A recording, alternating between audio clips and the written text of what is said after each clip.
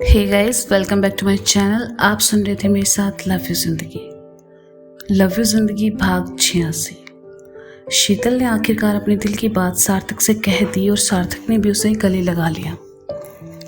दोनों सब कुछ भूलकर बस एक दूसरे को गले लगाए खड़े रहे। कुछ देर बाद सार्थक दूर हुआ और शीतल के चेहरे को अपने हाथों में लेकर कहने लगा, मैं जानता था एक दिन तुम मेरी फीलिंग्स को ज़रूर समझोगी।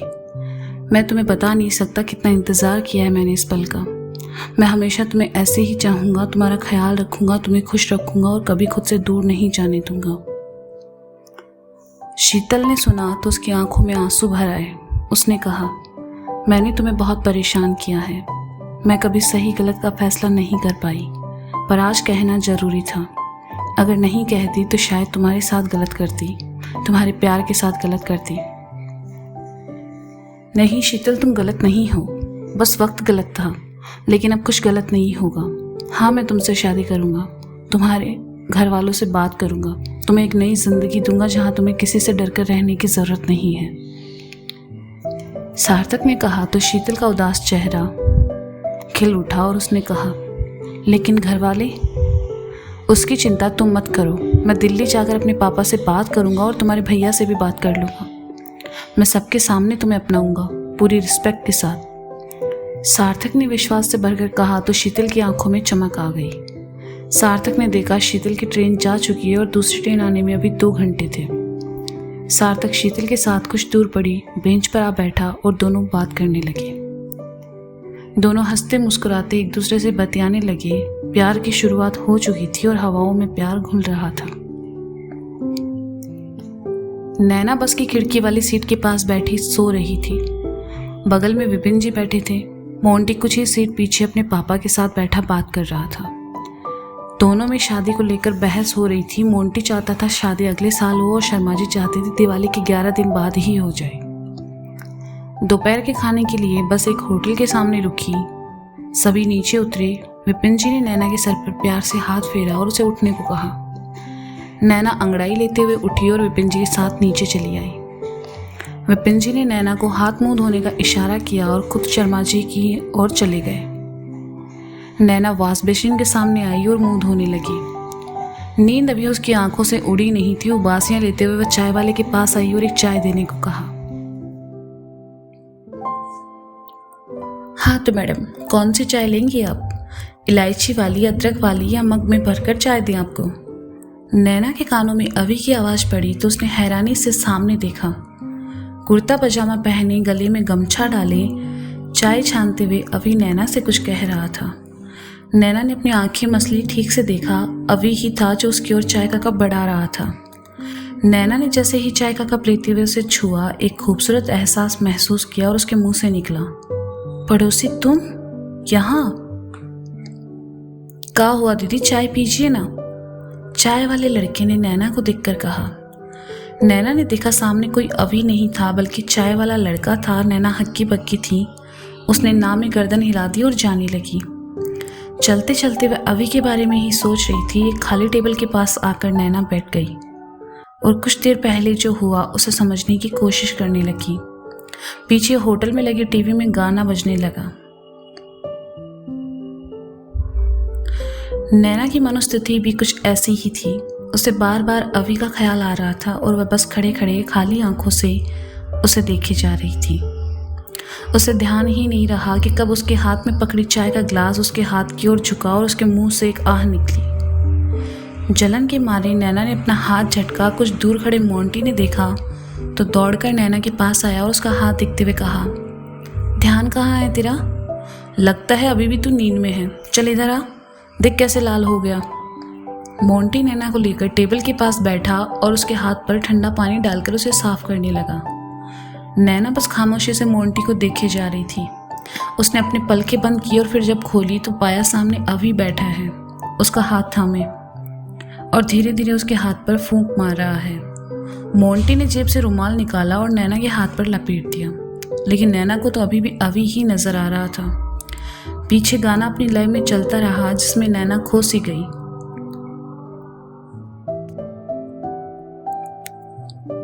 मोंटी ने देखा नैना खोई हुई सी है तो उसने उसके सामने हाथ हिलाकर कहा, नैना मेरे बच्चे ठीक तो है ना तू?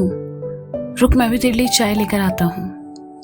मोंटी की आवाज से नैना अपने ख्यालों से बाहर आई और अपना सर पकड़ते हुए सोचने लगी।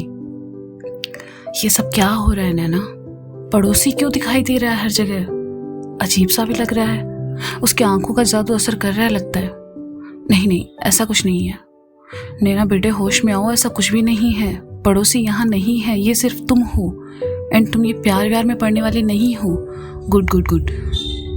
मोंटी चाय ले आया और नैना के सामने रखते हुए कहा, ये लो पियो और जल्दी बताओ कहाँ खोई हो तुम? मैं कहीं नहीं खोई। वो तो डैड ने नींद से जगा दिया, इसलिए ऐसा लग रहा था जैसे दूसरी दुनिया में आ गई हूँ। नैना ने चाय का घूंट भरते हुए कहा। मुझे लगा ही था, तो किसी के प्यार में तो नहीं पड़ गई?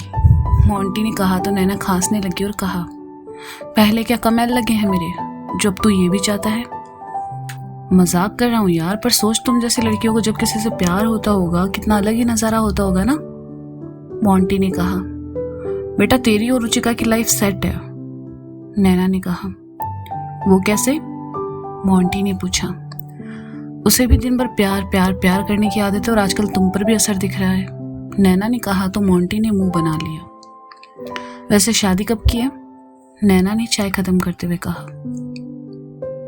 अरे यार, शर्मा जी चाहते इसी साल शादी हो जाए, मैं चाहता हूँ थोड़ा रुक के करूँ। अभी जॉब सेटल करना है लखनऊ में, सो मैंने रुचि से बात की, उसका भी 4 महीने का जॉब कंफर्मेशन है। मोंटी ने कहा, हाँ वैसे भी तुम दोनों को एक दूसरे को थोड़ा वक्त देना चाहिए। नैना ने कहा, तुम्हारे डैड ने बताया तुम्हें लड़के के बारे में? मोंटी ने सवाल किया। कहाँ यार, डैड भी ना इस बार काफी सस्पेंस में चल रहे हैं। आई होप सब ठीक हो। नैना ने कहा, डोंट वरी, अंकल तुम्हारी पसंद को अच्छे से जानते हैं, वो जरूर तुम्हारे लिए बेस्ट ढूंढेंगे। मोंटी ने कहा तो नैना को थोड़ी तसल्ली मिली। कुछ देर बाद खाना खाया और दोनों साथ बैठकर ही खाने लगे। खाना खाने के बाद सभी बस में आ बैठे। इस बार नैना और मोंटी साथ बैठे थे। मोंटी अपने फोन में लगा हुआ था और नैना उदास नजरों से खिड़की के बाहर देखे जा रही थी। पहली बार वह अपनी मनोस्थिति से परेशान थी। एक खालीपन सा वह अपने आसपास महसूस कर रही थी। लग रहा था जैसे कुछ छूट रहा हो। नैना ने सर मोंटी के कंधे से लगा लिया। देर रात सभी चित्रकूट पहुंचे। सभी काफी थके हुए थे, इसलिए खाना खाकर सो गए। नैना मोंटी के रूम में सोई। अगली सुबह नैना और उसके मम्मी पापा जल्दी ही लखनऊ के लिए निकल गए। घर पहुंचते पहुंचते 11 बज चुके थे। नैना पूरा वक्त गाड़ी में सोती रही। उसका मानना था कि सोने से आप दिमाग में चल रहे विचारों से पीछा छुड़ा सकते हैं। घर आकर विपिन जी नहाने चले गए और आराधना भी घर की सफाई में लग गई। उबासियां लेते हुए नैना अंदर आई तो स्कूबी उसके सामने आकर पूंछ हिलाने लगा। नैना पीछे बरामदे की ओर चली आई और सीढ़ियों पर आकर बैठ गई। स्कूबी भी उसके साथ आकर बैठ गया। नैना के लिए अपना प्यार जताने लगा। नैना ने देखा तो उसके बालों में हाथ घुमाते हुए कहने लगी, hey Scooby, I know you miss me a lot, लेकिन मैं क्या करूं यार, जाना जरूरी था। मोंटी है ना मेरा दोस्त, उसकी मेरी रुचिका से एंगेजमेंट थी।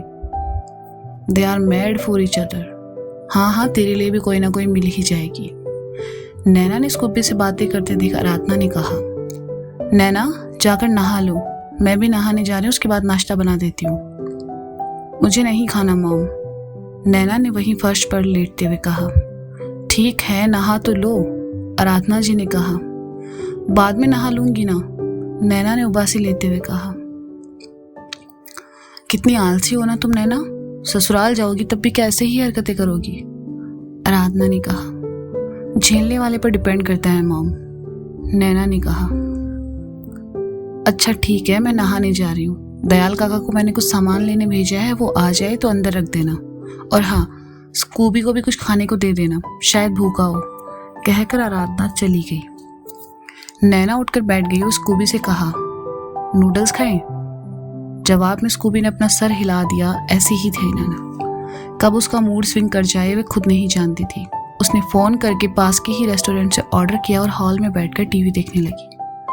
कुछ देर बाद नूडल्स आ गए तो नैना ने कुछ अपने लिए निकाले और कुछ लाइट स्कूबी की प्लेट में रख दिए और दोनों मजे से खाने लगे। खाते खाते अचानक नैना की आंखों के आगे वह पल आ गया जब वह अभी से मिली थी। उस दिन भी वह नूडल्स ही खा रही थी। नैना मुस्कुराने लगी।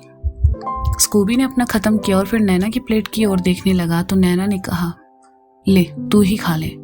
स्कूबी ने कोई रिएक्शन नहीं दिया और प्लेट को चाटने लगा। नैना वहां से उठी और वॉश बेसिन में आकर हाथ धोने लगी। हाथ धोकर ब्रश लिया और करते हुए घर में चक्कर लगाने लगी। ना चाहते हुए भी अभी का ख्याल बार बार उसके जहन में आ रहा था। नैना अपने रूम में चली आई। उसने रुचिका और शीतल को कॉन्फ्रेंस में लिया और बातें करने लगी। सार्थक बहुत खुश था। वह दिल्ली पहुंचा और वापस अपनी जॉब में लग गया। उसने सिर्फ शुभ को अपने और शीतल के बारे में बताया था। पापा को मनाना भी बाकी था। खैर शीतल ने उसके सामने अपना प्यार कन्फेस किया, इसी से वह बहुत खुश था। अभी घर पहुंचा लेकिन उदास था। इस बार भी वह नैना से कुछ नहीं कह पाया। नैना की आंखों में अपने लिए जो प्यार उसने पहली बार देखा था वह झूठ तो नहीं हो सकता था। अभी दिवाली का इंतजार करने लगा, साथ ही अपने नए ऑफिस में ध्यान देने लगा। रुचिका और मोंटी खुश थे, सार्थक शीतल भी खुश थे और कहीं ना कहीं अभी नैना भी खुश थे। सबको दिवाली के 2 दिन बाद का इंतजार था, जब वे सब फिर से नैना के घर मिलने वाले थे।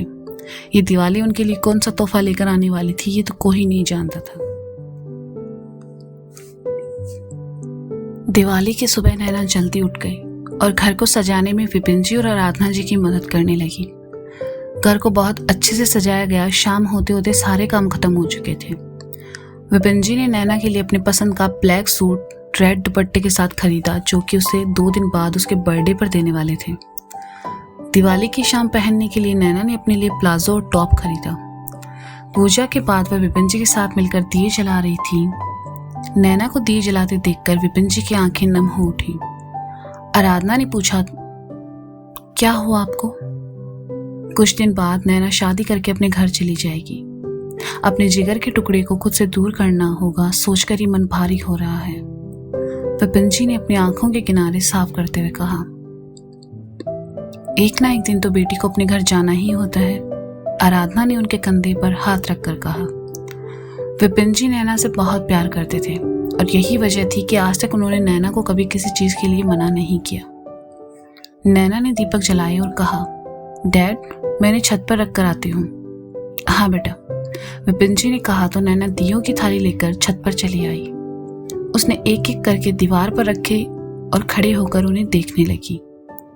हवा का झोंका जब गुजरा तो एक पल के लिए नैना की आंखें मूंद गई। जब उसने आंखें खोली तो पाया कि दीवार के पास खड़ा अभी एक बुझे हुए दीपक को जलाने की कोशिश कर रहा है।